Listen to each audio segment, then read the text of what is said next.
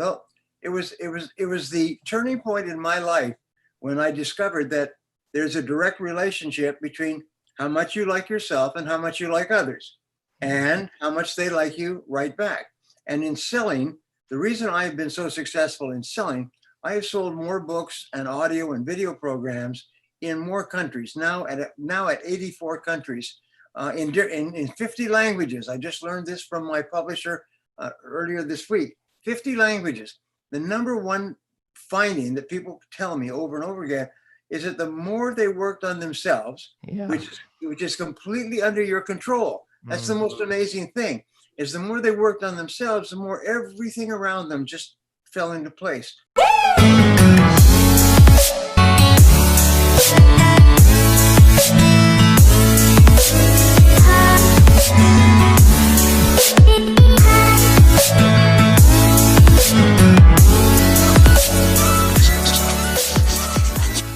Many of you have been waiting for this tonight and watching this bald guy speak for 2 hours, waiting for a real legend, and it's a real honor to have him on tonight. And I believe he's here one moment. But before I introduce him, I'm very privileged to have him on board, and his team's just been so amazing to work with. And I don't know if he knows this, but this was the very first book I ever read when it came to sales.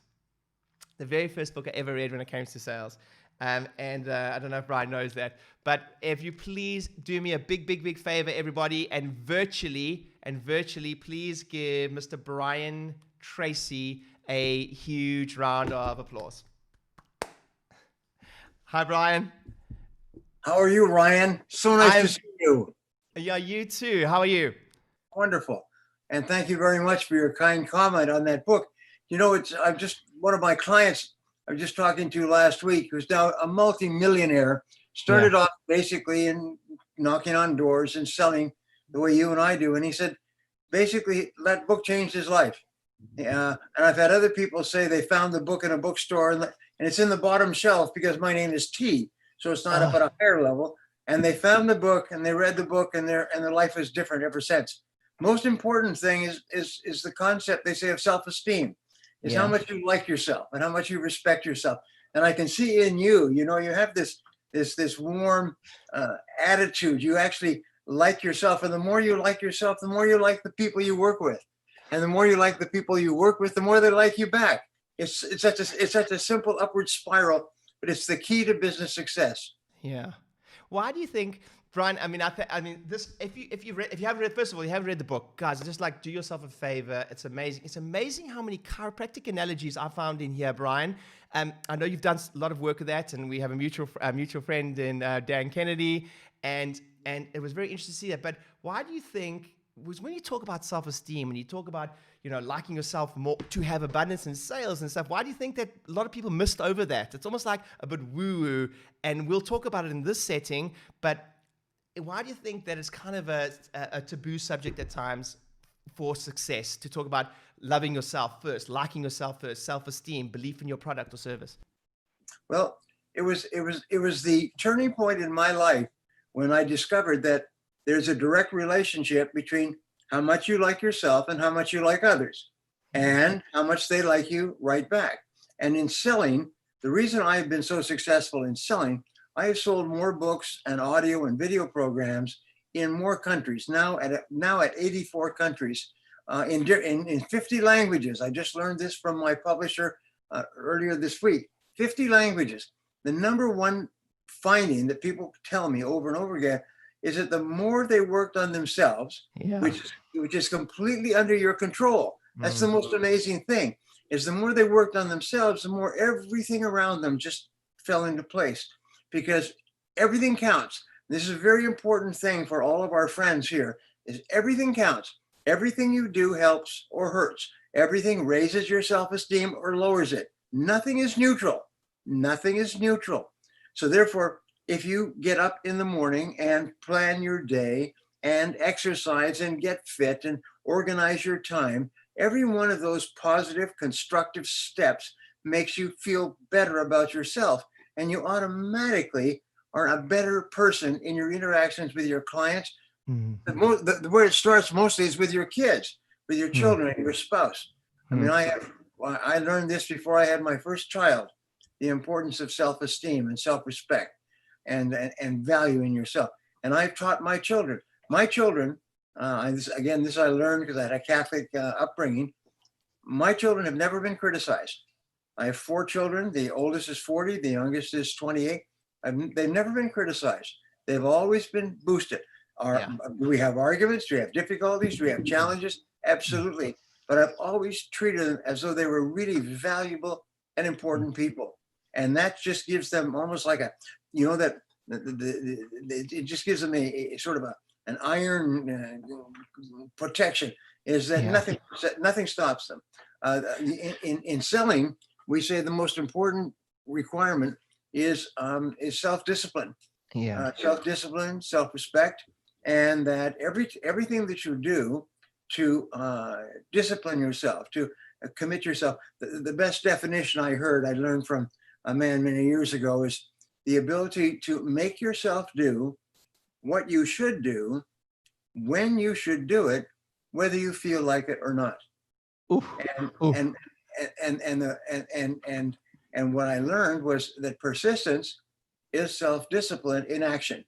Persistence is self-discipline in action. So whenever you set a goal and then you persist to achieve that goal, your self-esteem goes up. You like yourself. You become a stronger and more powerful person. You get along better with other people, and they get along better with you. In chiropractic, and of course, I've been associated with chiropractic for decades. Some of my best friends are chiropractors. In chiropractic, the most important thing is how much the person likes and respects you. How much your patient likes and respects you.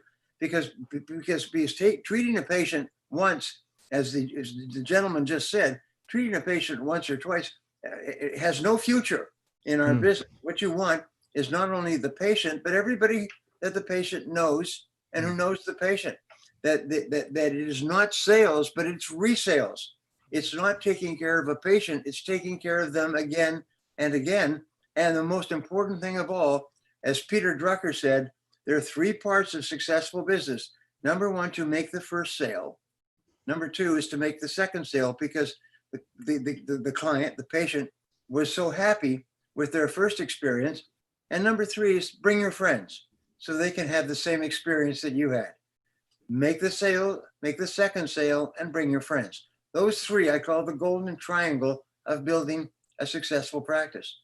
And I'm sorry to say, but I have worked with really great chiropractors, and I've worked with people who are not really great. And in every case, the ones that were great were recommended to me. This business is all a referral business. I said, I have these pains in my back and leg. He said, you should see this person. You should see this person. This is my chiropractor, and he is really great. And you know what? You don't argue or debate or ask for referrals or anything else. If somebody that you respect likes a particular chiropractor, it just flips over. It just extends. So if I like them, you like them, you just go. Don't even question the prices. That's another thing. I've done all kinds of research on this, and I've done a complete seminar, is how to sell higher priced products or services against lower price competition. How do you do that? Well, when I did my research, and I did a half-day seminar on it.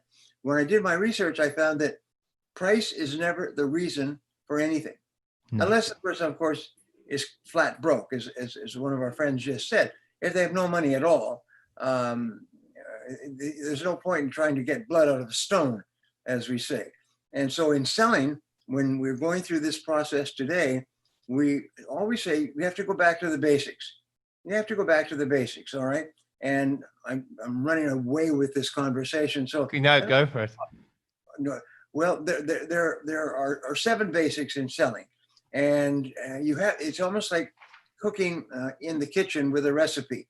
Many years ago, when I was young, I found when I went out with girls, I would take them to a restaurant that served Caesar salad because I like Caesar salad.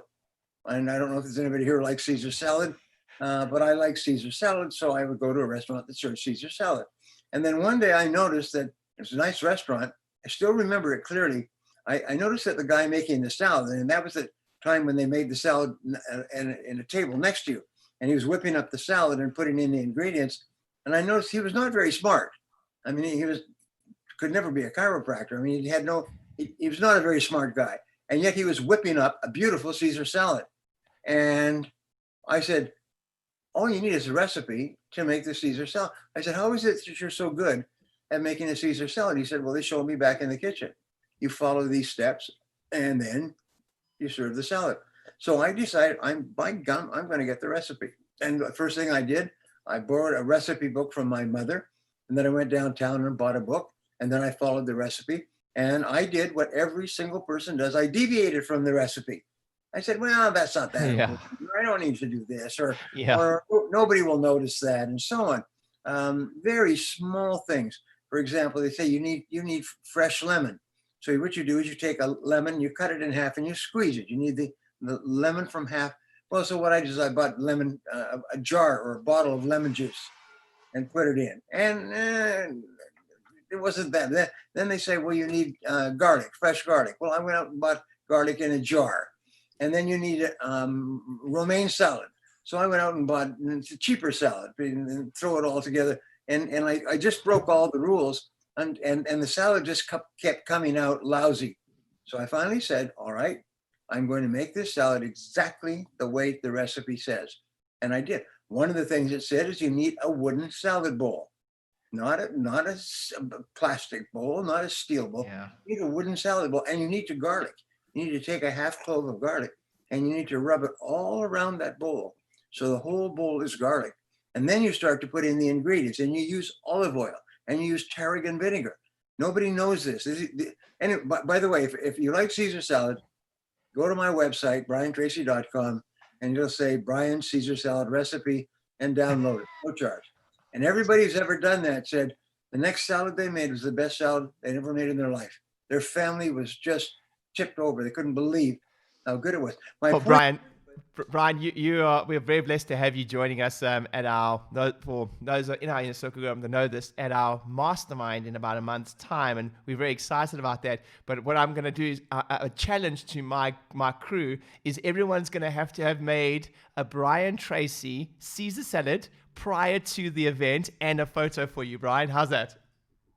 That's wonderful. Now, another thing to remember is that there's 14 steps in a Caesar salad. And if you miss any one, it will diminish the quality of the salad. In selling, I've done the same thing. I've given this little kind of talk about Caesar salad and selling to many people. And people have written to me and say, you changed my life. You changed my life. You changed my life. I was, cutting corners. I had heard about these things, but I cut a little corner here and a little corner there. Oh, what the heck? Nobody would notice. Yeah. Yes, they would notice. So here's the 7 keys to becoming wealthy as a chiropractor or in any other field. Number 1 is prospecting.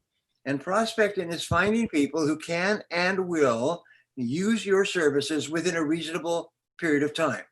That's a very important point. That definition I developed over the years is finding someone who can and will buy and use your services within a reasonable period of time. So if a person is not likely to purchase your services within a reasonable period of time, thank them very much for their time and give them your business card and say, if I can be of help to you in the future, please call me. I'd love to be of service to you, but I know that you're a busy person, so I'll just let you get on with your day and I'll get on with my day. In other words, don't try to sell to people who say, if they say, I don't have the money, here's one of my rules. If someone says they don't have the money, believe them. Believe them. Don't argue with them. Don't debate. Don't listen to this nonsense where people say, oh, everybody's got the money and they can get the money if they want it. And all you have to do is find the way. No, if a person will tell you, a complete stranger, someone that they've never met before, one of the most revealing things about their life, that they don't have any money, if they're willing to expose themselves like that, believe them and keep moving. The critical thing about prospecting is to find people that you like and who like you. Now, with regard to prospecting, I always look at my patients or clients on how I can serve them, how I can help them. Is basically, I love my customers, and I found that when I was starving, a customer made the difference between eating and not eating. Yeah. And by God, I really like them because they bought from me and I could eat. And for the rest of my life, I've always loved my customers. When I stand and speak to an audience of 5 or 5,000, the people in the audience know I genuinely care about them. I genuinely want to help them to improve the quality of their life. And when you feel that, and by the way, if you do that, the money will come. Concentrate on finding the right people and the money will come. And so that was the first thing, learning how to prospect and learning how to sort them out. You ever see that movie or those pictures where the Japanese chick sorters? You know what I'm talking about? Where the chicks are coming down the belt, and Yes, these yes. specialists, they have the ability to feel a chick and determine if it's male or female, and they sort them like this. I always love that little picture of them sorting, and the male are immediately sorted this way so they can be raised as chicken and butchered and sent to the store, and the others that lay eggs go to the other side. And these people have this incredible sense, this wonderful ability to separate, and they go left, right, left, right, left, right. You can't imagine, but as a result, they're extraordinarily effective. Your job is to sort out people, because what you want is people you like and people who like you. Yeah. The best chiropractors have patients that have been with them forever, and the patients would never go anywhere else. And those patients become almost the major source of new business. Your very best business is always going to come from previous business. And that's going to come by taking care of people and making it clear that you like them, that you care about them, that you want to help them. This is not just a financial transaction, because you're talking about a person's health and their business and their life. Anyway, so that's number one. Number two is building rapport and trust. And this is what has enabled me to be so successful in sales. I read all the studies. I took all the courses. I went through the Xerox system, and the Xerox system is basically very good, clever, fast talk, twisting, turning, arm wrestling, getting the customer to buy. And I always felt that was wrong. I felt that the most important thing was to get the person to like and trust you, and only deal with people that you like and trust. Don't ever fake it. You fake it till you make it. You hear that? Impossible. People are so hypersensitive. They know if you like them genuinely, or if you just see them as a source of revenue. And so if you don't like people, make it clear that you don't like them. One of the best things you can do is turn them over to somebody else in your office who may like them. But if you don't like them, let them go. Remember the old saying, some will, some won't. So what? Next. Yeah. So therefore, some will get along with you wonderfully, some won't. So what? Next. Don't be so sensitive that you have to get everybody to like you, because everybody's not going to like you. I'll tell you, everybody watching this, you are wonderful human beings, but some people don't realize that. So you just let them go. So the fact is, you cannot build a relationship with a patient until you like and trust them and they like and trust you. If you start to talk about costs, services, activities before you have reached that point, yes, then you'll kill the sale, as we say. A good friend of mine is a man named Neil Rackham, and Neil Rackham was commissioned by several of the biggest companies in the world. They all put in $5 million. They put together a $25 million pool. And for 20 years, what he did is he interviewed customers in a variety of different industries, including chiropractic. And they videotaped them and they asked them questions. And the critical question is, why did you buy from this supplier rather than from someone else? And Neil's a wonderful guy. He's British, as a matter of fact, and he's just a wonderful man. I just love the guy. And what he did is he asked these questions, and he found that the 70% or more of the reason for a person purchasing was because the person selling the services believed so strongly in the goodness of your services and in your ability to render those services. They just, the passion and belief in the goodness of what you were doing just came through. And as a result, people bought from them. Why didn't they buy? Is they just didn't feel comfortable with the provider of the services. So starting off, if you start to talk about the cost or the services or the technical aspects of it, before you have established this level of rapport and trust, you kill the sale and you kill the relationship, and they'll give you, have you ever heard the words? I'll often ask my audiences, Ryan, I say, have you ever heard the words, let me think about it, leave me some information, I'll call you back later, I'm not in the market right now. Have you ever heard these words? And what these words mean, they equal, you're a lousy salesman or salesperson, and I'll never talk to you again. So whenever the person says, let me think it over, it means thank you, goodbye, I will never talk to you again. I'll never take your calls. I will never phone you back. I will never respond to your communication. It's over, goodbye, forever.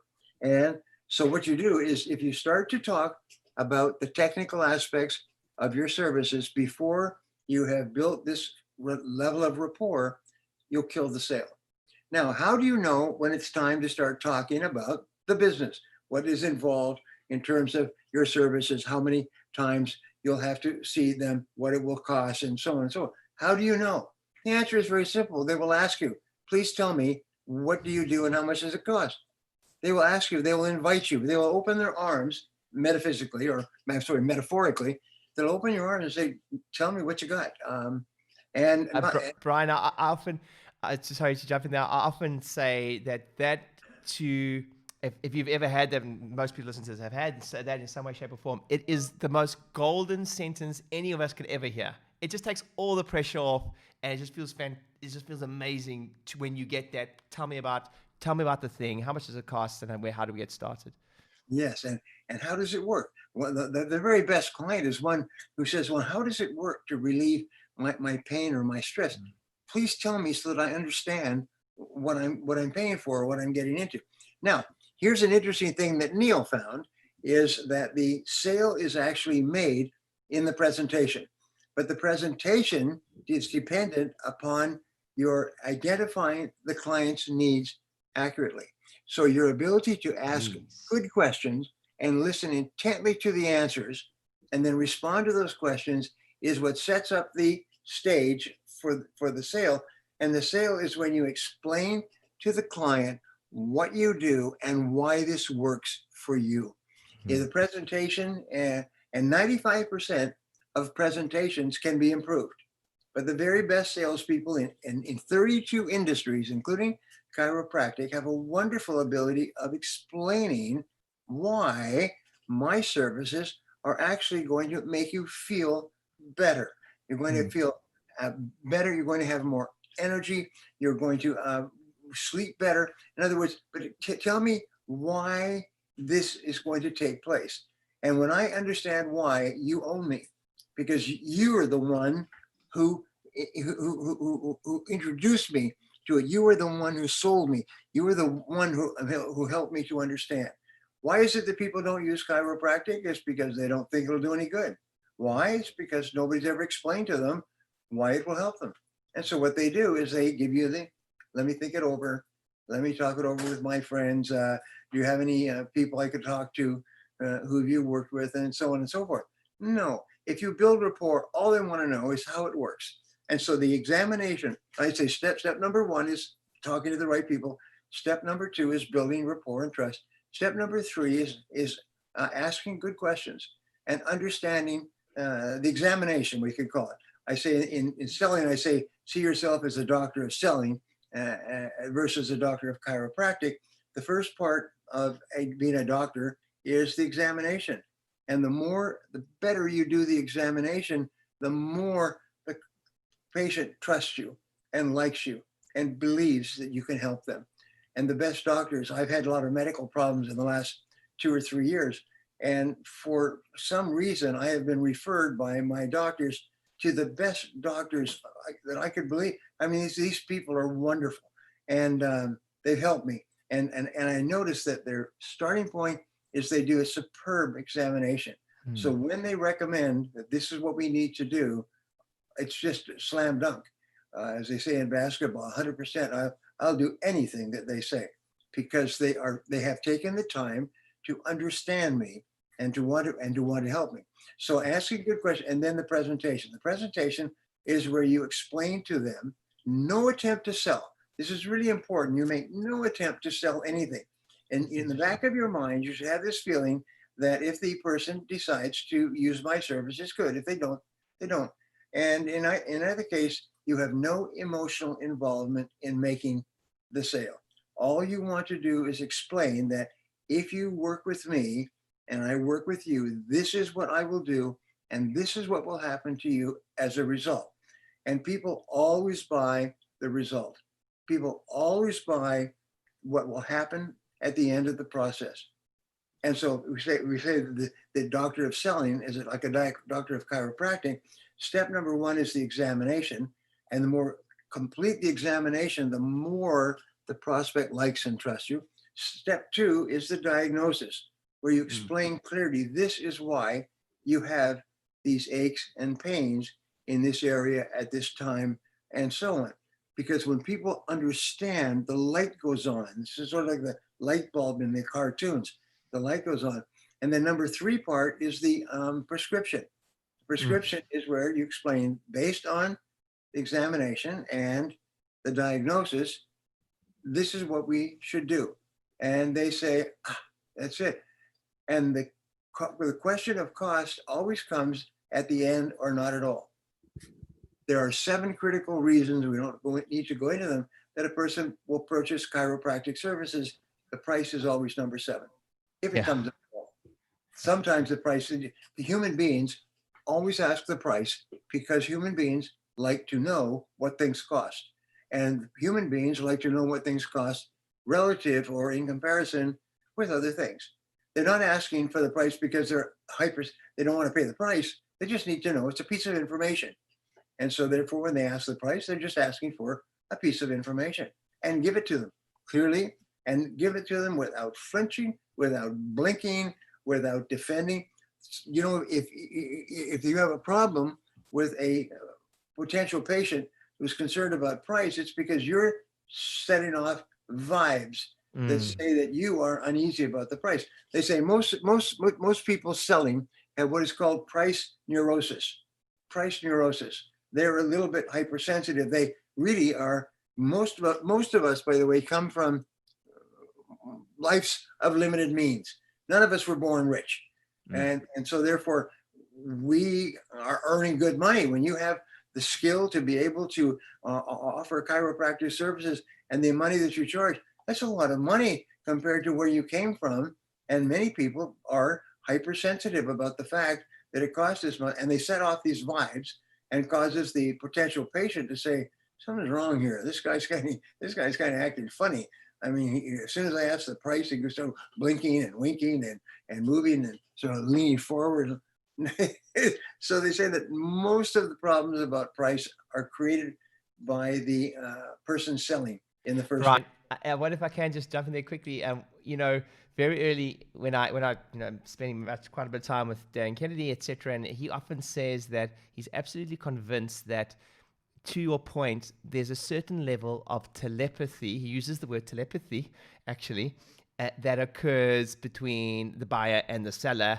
If, for instance, that is the case, and to not get too woo-woo for everyone on the webinar, but just understanding that that's how sensitively, how acute, the acuity to people, we're connected, that people can sense that off you. So I found it so interesting that you said that. What's that? Price neurosis. Yes. And so the 80-20 rule, you never get away from it. It just keeps coming back over and over again. 80% of the reason that the person chooses you to give them chiropractic services is because of the emotional connection between you and them. And this is the same whether you're selling legal services or technical services or dog walking services. It's always the same. 80% is how the person feels about it.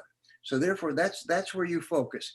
And you focus on asking questions. And when you ask questions, here's another thing, and it's one of the most beautiful lessons I ever learned in selling, is that listening builds trust. Listening builds trust.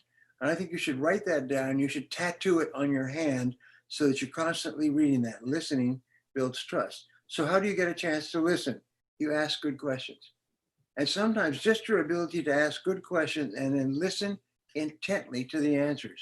Lean forward when a person is giving you answers. One of the things that you can do to connect with a person is to just write down notes. Just say, do you mind if I write this down? I'm sure you always do this, but if a person doesn't write it down, what they're saying is that I don't really care that much about your answer. I'm asking this because we go through this ritual, but I don't really care. But if you write it down, is that the person thinks, well, you really care about what I say. You really care about what I say. It's a small thing. And so ask questions, listen intently to the answers, and ask follow-up questions. And when you ask questions and listen intently, the person likes you and trusts you. And as they like you and trust you, they want to do business with you. They want you to be their person. So now the fifth challenge in selling, the fifth part of the selling process is answering objections.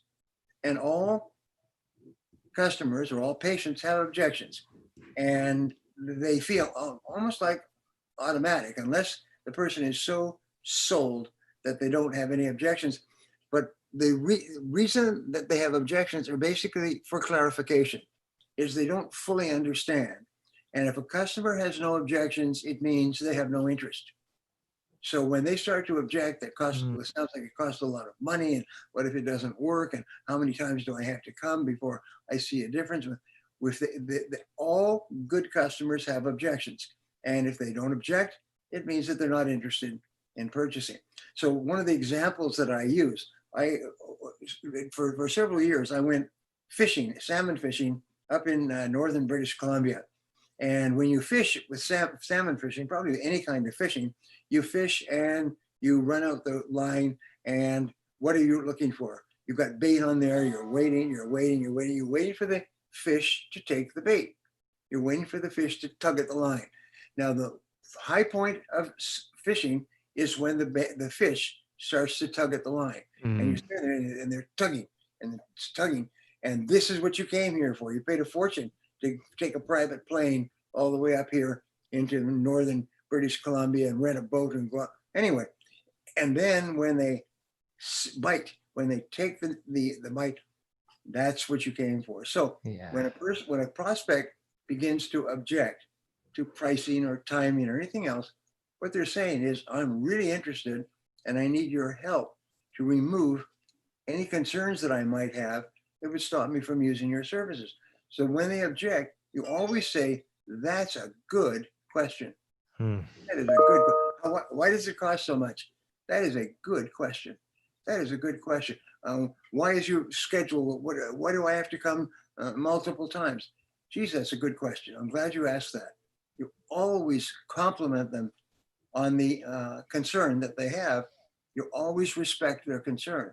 And and knowing that when they start to ask questions, is they've decided they're on the verge of retaining you and your services. So therefore, just expect it and smile and be happy to hear it, and compliment them and tell them what a good, and give them examples of other people. You know, I have one of my best patients. Always talk about your other patients as though they are really exceptional people.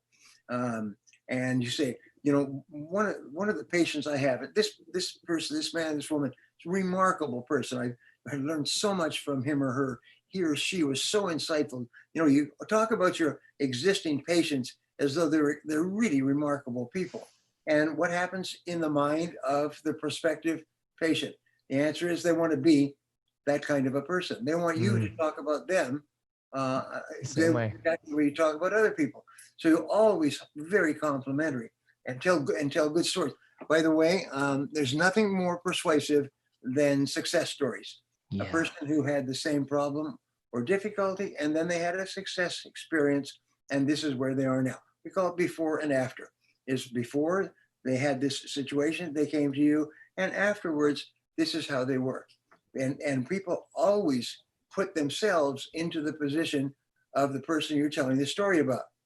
And they want to be that successful, happy patient. They want to have the same success experience.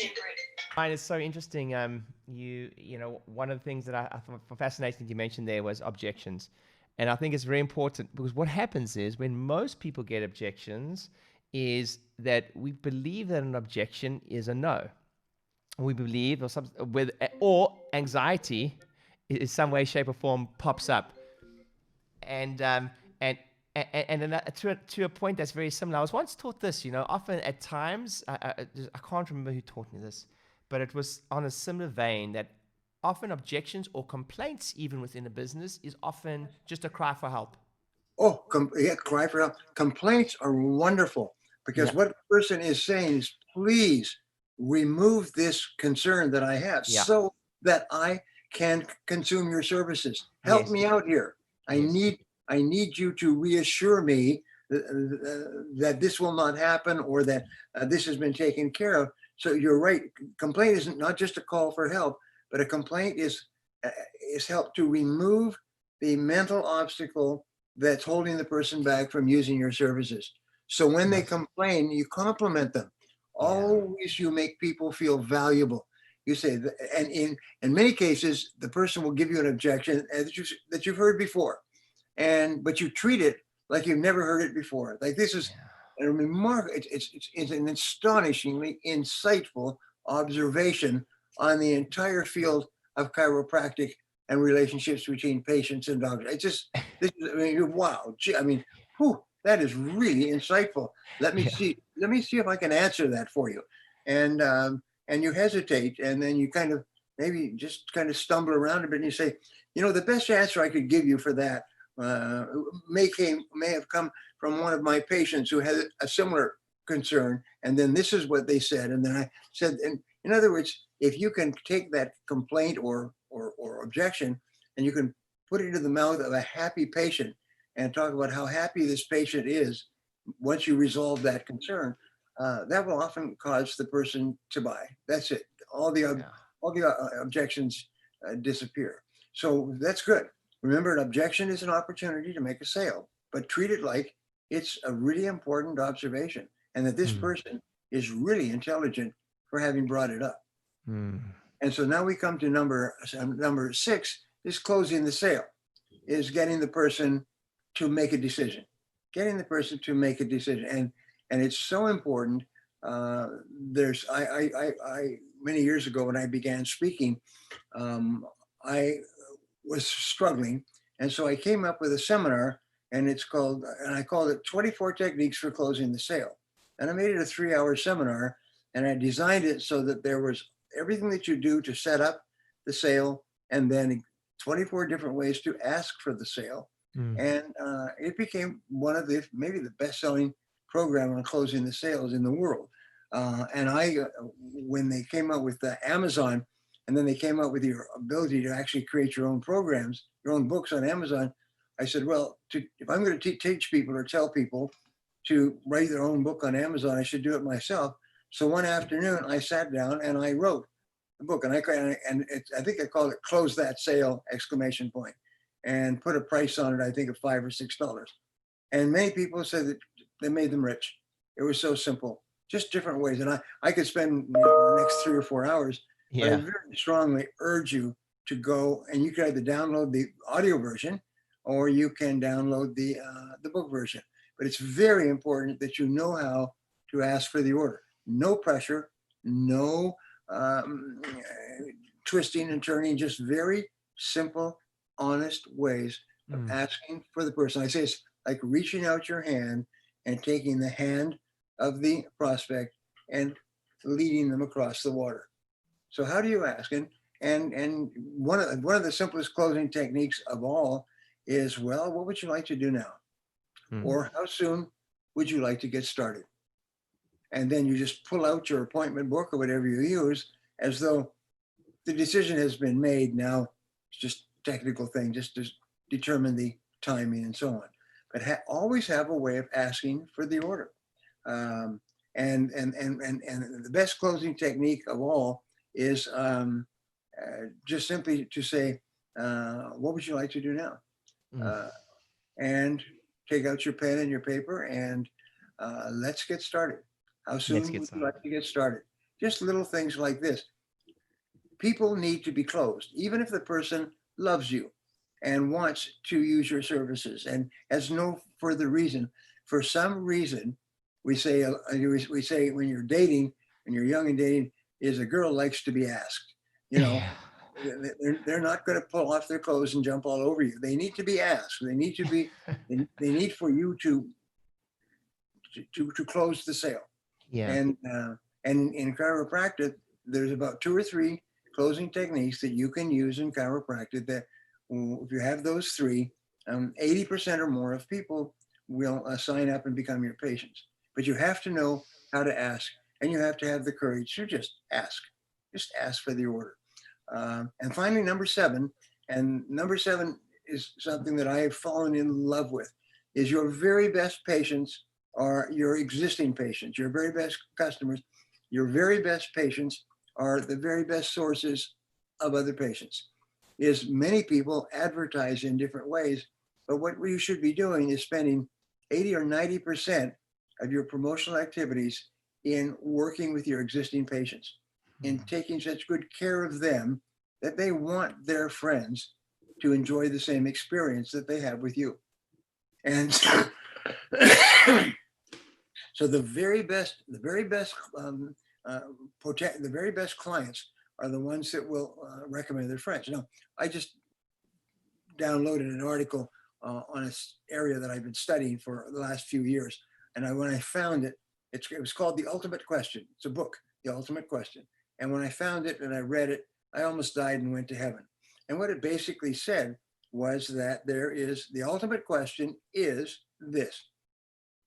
Mr. Prospect, may I ask you a question? Based on your experience with us, on a scale of 1 to 10, what kind of a score would you give us in terms of recommending us to other people? And this is called the ultimate question. Based on your experience with us, on a scale of 9 to 10, what kind of a grade would you give us to describe us to other people? Now, what they've found in exhaustive research is that if a person gives you a 9 or a 10, that means that they're 100% closed. Are you familiar with this, Ryan? Yeah, it's actually if and also Robert Cialdini's book Influence, his Persuasion, his new book Persuasion, he often talks about this concept of a study done so similar, Brian, where outside, let's say you were trying to get people to fill in a questionnaire. If you simply ask them before filling in the questionnaire, sir, do you mind if I ask you a question? On a scale of 1 to 10, would you consider yourself or do you consider yourself someone that's helpful? And if they answered the question as yes or high, the chances of them filling in the survey, like in the street, went up like 10, or it was like a 90% chance. But it was that pre-framing question prior to the event, which you are telling us. What they found, they did this at Bain and Company, the same company that Mitt Romney came out of. What they found was that of all the questionnaires and knocking on doors and telephone calls and mailing and everything else, you could throw them all away and just ask one question. On a scale of 1 to 10, would you recommend us, based on your experience with us, would you recommend us to others? On a scale of 1 to 10. And if they give you a 9 or a 10, it means that they're very happy and that they would recommend you to others and that they're going to use your services over and over again. They basically have what one of the great marketers called customers for life or patients for life. If they give you a grade of 7 or 8, it means that they're in the middle. They're not sold, they're not unsold, but they're in the middle. And if somebody else comes along with what is apparently a more attractive offer, then they will move. They're ready to leave you. The third is a grade between 1 and 6. These people are unhappy, they're dissatisfied, and they're basically on their way out the door. So what good companies do, and my favorite story is, I don't know if you've heard of Enterprise Rent-A-Car. Enterprise, it started off as a little company where they rented used cars to people who are having their cars repaired, and they didn't have loaners, if you like. And so they read this and they called the company and they said, we really like this. How do we install it in our company, and they showed them how.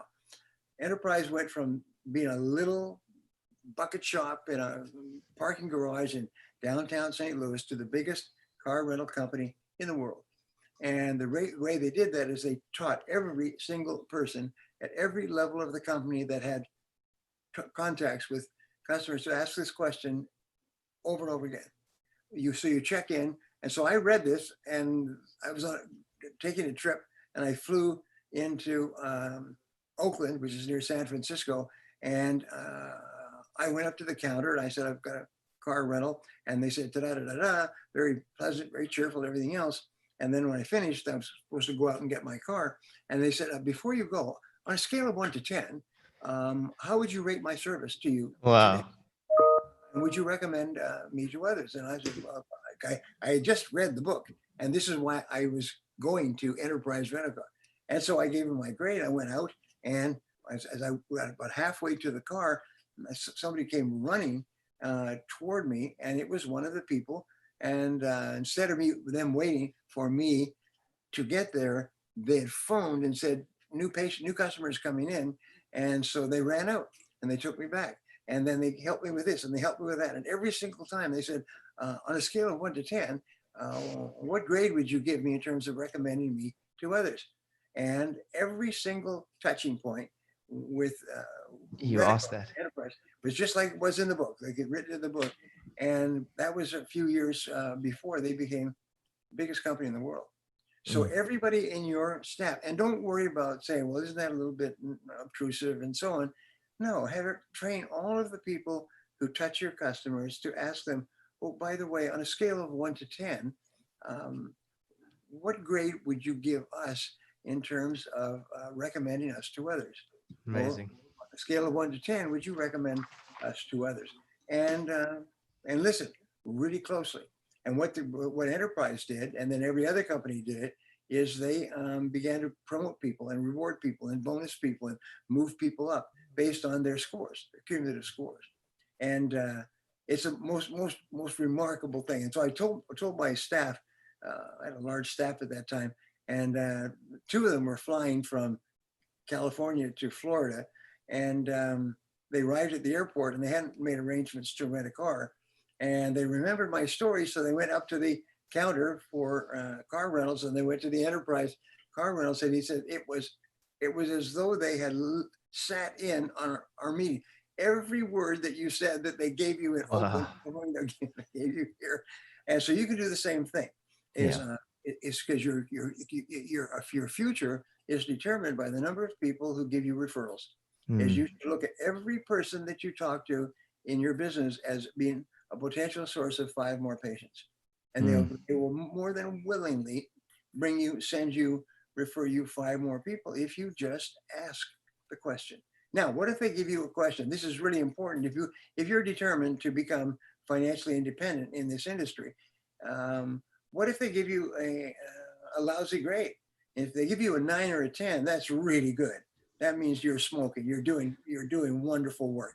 And if they give your staff a 9 or a 10, I mean, reward them, bonus them, thank them, lead a hand of applause for them. This is really important. And what if they give you a lousy grade? Let's say they give you anything other than a 9 or a 10. What do you do? And obviously you know the answer. You ask them, what will we have to do next time to earn a 10? Right? Oh, nice. And they'll tell you. They say, well, if you would just do this, or if you just do that, do more of this or less of that, then I would give you a 10. And here's what they found. You say, okay, we'll do it. And then you do it. Your customers, your clients, your patients, if you like, will tell you what you need to do to become rich with patients. They'll tell you, if you just do more of this or less of that, then I would give you a 10. And then you go and you do it. And then you call them back, you phone them, you visit them, you do whatever you can and say, I took your advice, we did this the very next time, and it was really helpful. And I just want to thank you from the bottom of my heart. And that person will move you straight up to a 10. And from then on, they'll only do business with you because you took their advice and you acted on it and you did it. And there's a really important thing. You've heard of the little phrase, a need for speed. customers, clients, patients, whatever, have a need for speed. And everything that you do, if you do it fast, they like you more. They love you. You make them happy. Their hearts pump custard because they gave you a piece of feedback and you acted on it immediately. And so that's something that's very important. Acting on a piece of feedback a week or a month from now is as if you did nothing at all. But if you immediately act on their feedback and then tell them you acted on their feedback and thank them for their feedback, they will have a vested interest in making you successful. Very nice. I once thought that a prompt response, like for instance, emails, a prompt response is better than the perfect response at times. Yes, yes. Even here's a simple thing that I've spoken now face to face to more than 5 million people in more than 5,000 talks and seminars in 84 countries. And I almost always tell my clients, my sales clients, is that even if you don't have the answer, tell them I don't have the answer, but I'll give you the answer. If I don't know for sure, I'll find out, but I'll get back to you quickly. Just even telling them that you're not going to be able to tell them will cause them to like you and trust you and want to do business with you. Brian, I just want to be respectful of your time because I know you have to run, but I just wanted to say that was freaking amazing. Honestly, I can't tell you, there was those steps, the golden nuggets, and I can't tell you how much it's going to help us all serve better, have more abundance for our families, our lives, and by more abundance, have helped more people, etc. And if you wouldn't mind, if you've got a second, what I want to do is I just quickly want to ask you, just in the group, first of all, just write down one golden nugget that you heard from Brian. Phenomenal advice, Brian. This is gold dust. Thank you, Brian. Just write down one thing that was like golden, so I can just let Brian already ordered your book, Brian. People coming through. What was one piece of advice, that one golden nugget now that you heard from Brian that was just like, was it that question? Like, your customers will make you rich. Objections are good. Listening builds trust. Needs to be a 9 or 10. Don't have price neurosis. Score 1 to 10 will make you rich. Objections mean they're interested. What would I need to do to become a 10? Gold. Spend 80% or 90% of your time activities and existing customers, creating more customers. Start with yourself. Build trust. Sale, second sale, and then friends. Anyway, they're all coming through. Brian, thank you so much for your time today, and just giving so abundantly and being with us. And my crew is going to spend more time with you at our mastermind. But I just want to thank you so much for today. I really appreciate it so much. Your team and you've all been amazing. Thank you. Let me leave you with this one thought that which helped me, which has helped so many hundreds of thousands of professionals, is just talking to yourself. We say, you become what you think about most of the time. But you also become what you say to yourself. And so we say affirmations, 95% of your emotions are determined by how you talk to yourself. And so how do you talk to yourself? Well, what people tell me is, here's the magic words. You get up in the morning and you say, I like myself and I love my work. I like myself. I love my work. I like myself. I love my work. I like myself. I love my. You cannot say those words 5 times without feeling great. Your self-esteem goes up, you smile, you're happy, you hug your wife, you feel good about yourself. I like myself. I love my work. I like myself. I love my work. And pretty soon this locks in and this becomes your worldview. And people can feel it. They can sense that you like yourself and they can sense that you love your work. And that's why they want to do business with you. And everybody working with you should say the same thing. I like myself. I love my work. I like myself. I love my work. And if you repeat it often enough, you drill it down deep into your subconscious mind, and it just becomes automatic. You wake up in the morning and you just feel great about yourself. And everybody can feel it, and they want to be around you, and they want to be your patient, and they want to recommend their friends to you. Awesome, Brian. Thank you so much. You've given so abundantly of your time tonight, everything like that. Everyone, if you please do me a big favor, a lot of you will see Brian again at our next mastermind. And I just want to say, if you can, Brian, there's be a whole bunch of people you can see, and there's people you can't see in the webinar version. But can everyone please do me a big favor? Brian, thank you so much for your time. Can you please give Brian Tracy a huge round of applause? Thank you, Ryan. And thank you for being here. Thank you so much. And I look forward to seeing you again. Thank you, Brian. Thank you so much. See you soon. Bye, bye, bye. Awesome. Hey, guys, how was that? Cool, right? Amazing. I appreciate you guys for being here. Cubs, great to see you. Sandberg, cool. Now, let me ask you a question. How many of you would agree that it's impossible for your life, your business, your abundance, your sales to not go up? How many think it's impossible for you not to have better something of those after this session? It's freaking impossible. Like, I guarantee you just implement one of those questions. I guarantee you one of those understandings. You know, that was just gold.